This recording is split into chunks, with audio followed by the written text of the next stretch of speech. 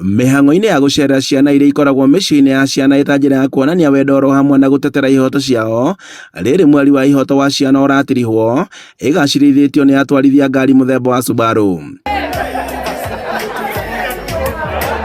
Na njĩra ya kuonania wendo kũrĩ ciana ici, atwarithia magaikerĩta na kũrĩ thirikari gũkoragwo etagũthutũkania mĩciĩ ya ciana ya andũ kĩũmbe na ya thirikari, kuona atĩ thirikari noyo ĩtũmaga ciana ici mĩciĩ-inĩ ĩno, makĩria rĩrĩa maramathara kuma mĩtũrĩre-inĩ mĩritũ. Na nĩ tũrahoya thirikari ĩra nene ĩgakorwo thĩinĩ wa maũndũ ma njĩra na ciana twĩkĩrora mũno nĩgetha ona gũkorwo allocation ya budget nĩ tondũ thukuru ici cia private cia children home teno ya Good Faith Children Home itikorwo kĩona kĩgeno kĩmwe kuma kwĩ thirikari ya county kana thirikari ya nene.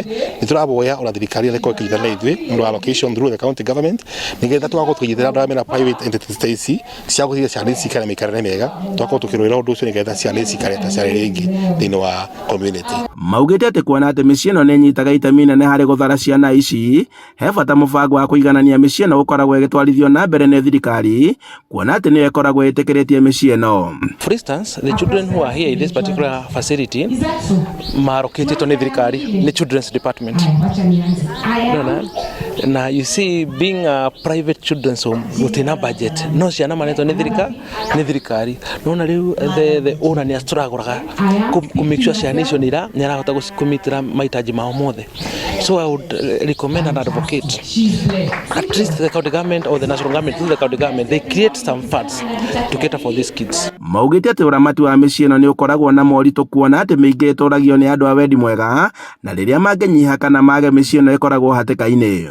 Kwĩna tũra na mbiro ta rĩu ya 1,100 ya thitima, na ndũngĩona na mbiro ya 1,100 wĩna mbeca. Koguo tani ndathire ngĩaria na mũndũ wa Kenya Power ngĩmwĩra matigatũtinĩrie tondũ ciana ingĩtinio thitima no cia gwĩkũrĩkia umwaka.